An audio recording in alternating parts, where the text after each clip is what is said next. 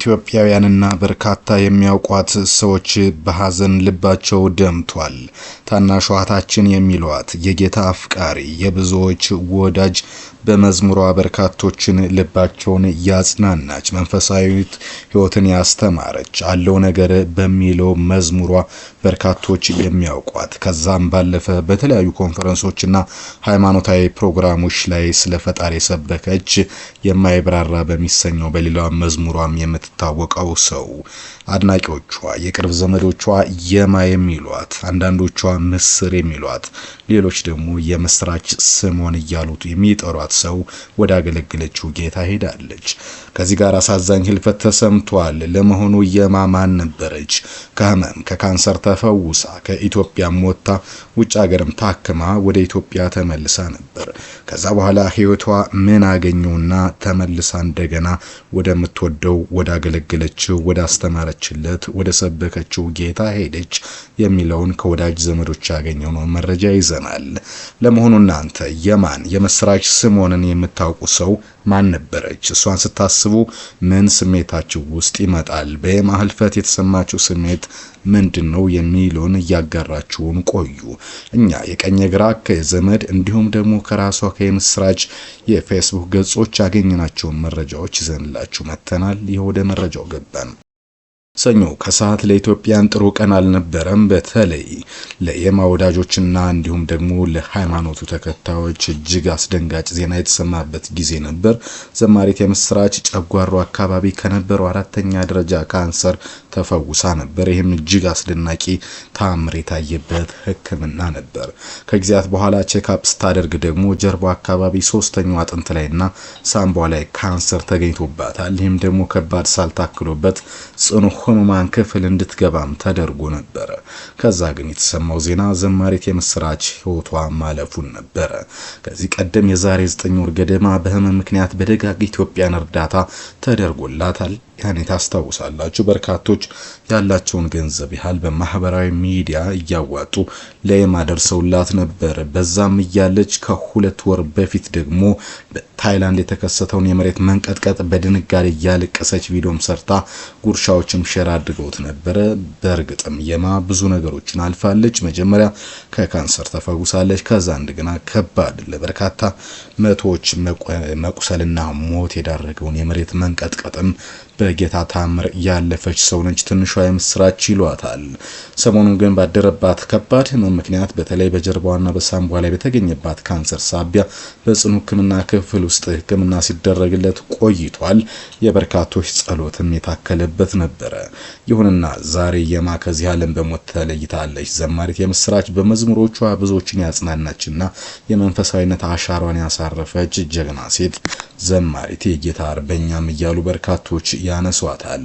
ዘማሪት የምስራች ወጣትነቷን ሰታ ወደ አገለገለችው ጌታ መሄዷ እጅግ አሳዛኝ ነው ብሏል ፕሮፌት ገረመው መስፍን። ዘማሪት የምስራች ሰለሞን በዝማሬ ጸጋዋ ለብቻዋ መጽናናትና መባረክ ምክንያት የሆነች በወጣትነቷ እግዚአብሔር በመፍራት የምትመለስ እህታችን ነበረችን ብሏል። በድንገት በሞት ከኛ መለየቷን ስንሰማ እጅግ አዝነናል። ዘማሪት የምስራች ሰለሞን ሞት የተሰማን ጥልቅ ሐዘን ስንገልጽ ለቤተሰቦቿ ለዘመዶቿ መጽናናትን እየተመኘን ነው ብሏል። በርግጥ ከአንድ ቀን በፊት የማን ህይወት ለማዳን ዳግም ጥሪ ቀርቦ ነበር።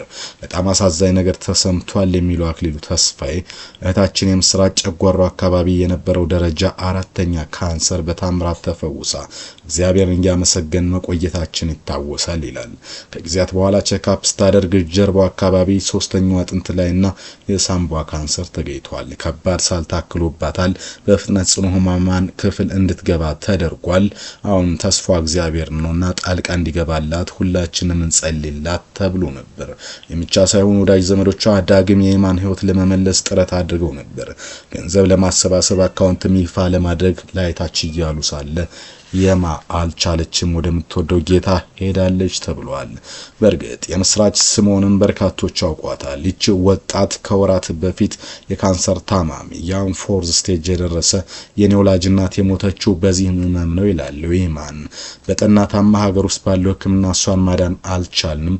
ወደ ታይላንድ ሄዳ ድሏ እንድትሞክር ወይም እንድትታከም የሐኪሞች ቦርድ ወስኖላት ወደ ባንኮክ አቀናች ይችላል ምስክርነቱን ሲሰጥ። እውነት ለመናገር አይደለም አይደለም 12 ዙር ኬሞ ታደርጊያለሽ የተባለች የምስራች ይቅርና 99% የሚሆኑት ታማሚዎች ገና በሁለተኛው ዙር ኬሞ ጸጉራቸው ተመላልጦ ፊታቸው ገርጥቶ የምግብ ፍላጎታቸው ተዘግቶ ኬሞን መቋቋም ከብዷቸው በፈጣን ይሞታሉ። ወደ ኬሞን አቋርጠው ትንሽ ሰነባብተው ይሞታሉ። በቃ ካንሰር ቀልድ ያውቅም። ሚሊዮነር ካስፈለገን ቢሊዮነር ብትሆን ራሱ አይሰማህም፣ አንቆ ይገልሃል፣ ገዳይ በሽታ ነው ይላል። ለምስራች ግን የሆነላት ድንቅ ነበር። ብዙዎች ፈርተው ነበር። ቢሆንም 12 ዙር ኬሞ እንደ ቀልድ አጠናቀቀች። በዚህ ሁሉ ከአንደበቷ የስንፍና ቃል ወጥቶ አያውቅም። ሁሌ እግዚአብሔር አለ፣ ምንም አልሆነም፣ አልፈራም ትላለች።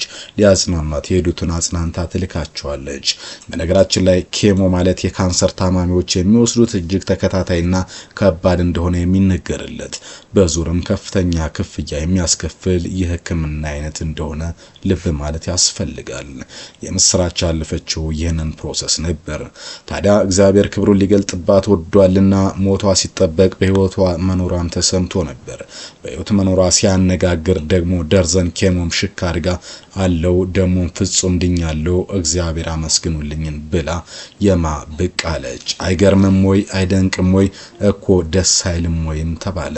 በእግዚአብሔር ታምራት አትደመሙም ወይ? ምን አይነት ቸር ጌታ ነው ያለን ተባለ። በእርግጥም በርካቶች አንድ መዝሙር አስታወሱ። ድል አለ በስምህ፣ ድል አለ በቃልህ፣ ተራራው ይናዳል አማኑኤል ስል ተባለ። በእርግጥም አማኑኤል ከኛ ጋር ነው። የፈጣሪ ስምም ነው፣ የኢየሱስ መጠሪያም ነው ተባለ። በርካቶችም ተስፋ አድርገው ነበር። በፈረንጆች አፕሪል 4 ደግሞ ሌላ ነገር ተሰማ። ጠላት አበቃ ሲል ጌታ ይጀምራል አለ። ይህታችን የምስራች ስሙን አጋጥሟት በነበረው ህመም ምክንያት የሀገር ውስጥ ሕክምና ባለሙያዎችን ከአቅማችን በላይ ነው፣ ተስፋም የለሽም እኮ ብለዋት ነበር ይላል። ከሀገር ውጭ ወደ እንድትታከም ተደርጋ ነበር። ነገር ግን ያገለገለችው እግዚአብሔር በእርሷ ሞት መሃል ጣልቃ ገብቶ ሞቷን ህይወት ለውጦ የሕክምናዋን በድል አጠናቃ ሀገሯ ገባች አሉ። በርካቶችም አበባ ይዘው ተቀበሏት። እርሷም በፈገግታ ፎቶግራፏን ተነሳች። ወዳጅ ዘመዶቿም ነበሩ። ትቼዋለሁ የኔን ጉዳይ ብላ ዘምራለታለች ለጌታ። መላለው የኔ ጌታ ዘውዳለው የኔ ጌታ ዘዴም አለው የኔ ጌታ አለች የሚ። ጌታም ያንቺን ጉዳይ ወስጄዋለሁ ይልሻል አሏት። እርሷን ጉዳይም ወስዶ ጌታን ፈውሳት። የዘማሪት የምስራች ሰሞን ደግሞ ኖቬምበር 23 2024 አንድ መልእክት አስተላለፈች። አድካሚውን 3ኛ ኬሞ በትናንትናው ዕለት አድርጌያለሁ። ሁለተኛው በተሳካ መንገድ እየሄደ ነው። ምናልባት የጀመርኩት ሕክምና መሃል ላይ እንዳይቋረጥ እባካችሁ ቃል የገባችሁልኝ ገንዘብ ገቢ አድርጉልኝ። አሁን እንደ ገንዘባችሁና በጸሎታችሁ ከጎን ሁኑ ስትል ከባንኮክ ታይላንድ ጥሪ አስተላልፋ በርካታ አደጋግ ኢትዮጵያውያንም ደርሰውላት ህይወቷንም መቀጠል ችላ ነበር። ከዛ ስለ እርሷ ዜና የተሰማው እሁድ 23/04/2015 የህይወት ምንጭ ኢየሱስ ዓለም አቀፍ ቤተክርስቲያን በነበረ የአምልኮ ፕሮግራም ላይ ጌታን በክብር አምልከናል። በእለቱም ፓስተር ዘነበች ገሰሰ አገልግለውናል። እንዲሁም በዝማሬ የምስራች ስሙን ተገኝታለች ተባለ። በእርግጥ የመጨመር ዓመታችን ነው ተብሏል። በተለያየ እንቆቅልሽ ውስጥ ያሉትን ሁሉ እየጋበዙ መጡ። አገልግሎታቸው በቀጥታም የተላለፈ ድንቅ ጊዜም ነበረ። ከዛ ኦገስት 13 2023 ብሩክ ዋጋሪና እንዘማሪት የምስራች በአንድ ተወዳጅ ሆነ ከቨር መዝሙር ለቀዋል። ይህኛውም በርካቶች የተመለከቱትና የወደዱት ነበር። የዚህ መዝሙር ርዕስ ደግሞ እንዴት አልፈዋለሁ የሚል ነበር። ብዙ ነገሮችን በእግዚአብሔር በፈጣሪ በጌታ ያለፈች የምስራች እግዚአብሔር ጸሎታችሁን ሰምቶ ዘማሪት የምስራች በድል ወደ ሀገሯ ተመልሳለች ተብሎ እግዚአብሔር ግን መልካም ነው ተብሎ ለእርሷም ሕይወትን ቀጥሎ እስከ ዛሬም ቆይታለች። ተማርክ ያለው በሚለው መዝሙሯ የምትታወቀው የምስራች በመጨረሻም እጅ ሰጥታለች። ወደምትወደው ጌታ ሄዳለች። በርካቶችም ሐዘናቸውን ለአድናቂዎቿ፣ ለወዳጅ ዘመዶቿ፣ ለእምነቱ ተከታዮችም እየገለጹ ነው። እስካሁን ድረስ ስለ የማ ቀብር የት ይሆናል፣ ስርዓተ ቀብሩስ እንዴት ይፈጸማል እና ማን ስርዓተ ቀብሩን ያስፈጽሙታል በሚለው ጉዳይ ላይ ውይይቶች እየተደረጉ ነው ተብሏል። በቀጣይ ስለ የማ ቀብር ስነ ስርዓትና ሌሎች የሚሰሙ አዳዲስ መረጃዎች የሚኖሩ ከሆነ አዲስ መረጃ በስር ተከታትሎ ያደርሳችኋል። ይህ አዲስ መረጃ ነው። አዲስ መረጃ ላይክ፣ ሼር፣ ሰብስክራይብ ካደረጋችሁ የኢትዮጵያ ማንኛውንም መረጃዎችን ታገኛላችሁ። ያሆኑና በቃን። መልካም ጊዜ